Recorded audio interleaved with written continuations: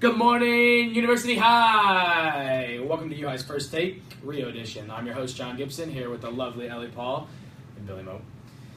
Today we'll be discussing how the 2016 Olympics affected Rio's economic standings. In the weeks and months leading up to Rio, the world was watching Brazil very nervously. The city and the country seemed unprepared, entangled in political and economic turmoil, and with the Zika virus outbreak, a lot of question marks have been put on Rio. So now that the Olympics have occurred, we want to know how these, if it was a positive or a negative effect on the economy. Ms. Paul, your take on this?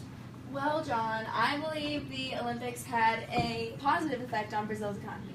There was an estimated 380,000 foreign visitors, and each of those visitors was going to be visiting famous monuments such as Christ the Redeemer, and there was an estimated 1 million visitors to Carnival. So with all these events, these tourists would be putting money back into the economy by visiting all these places and museums and monuments and all these landscapes. And 60% of these visitors use mass transport, which was also generating revenue for Brazil. There was an estimated $4 billion in revenue just from TV broadcasting, which was double than the 2004 Olympics.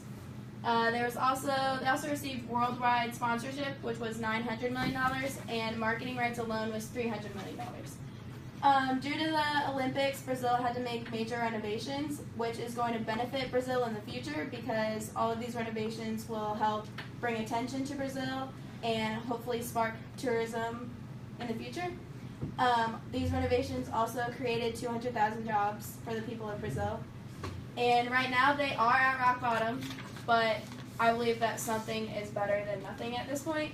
So they needed this big event to spark up the attention on Brazil, and hopefully this will spark tourism. I mean, if you heard what you just said, you said they hit rock bottom.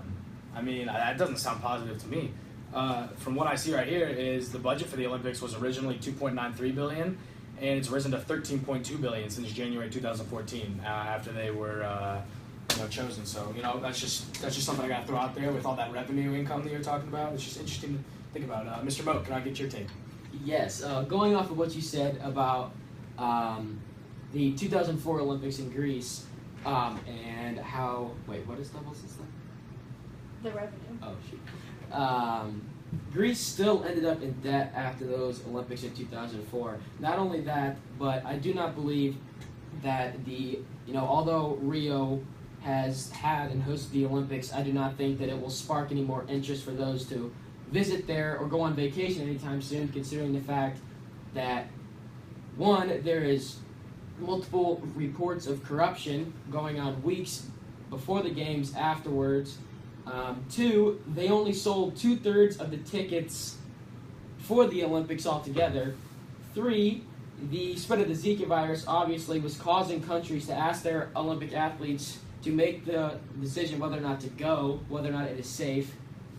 And along with that, with the Zika virus, the water is so contaminated that they are saying that it is like swimming in human crap. So with the problems with disease and contamination along with the violence in Rio, I do not believe that this will spark any more interest when it comes to the economy, and I do not think that the major renovations made to build this actual giant stadium made for the Olympics, I do not think that those jobs will last, considering the fact that the games are over. Where will those jobs go now? And two, they did not do any renovations to any other place besides the hotels and the Olympics.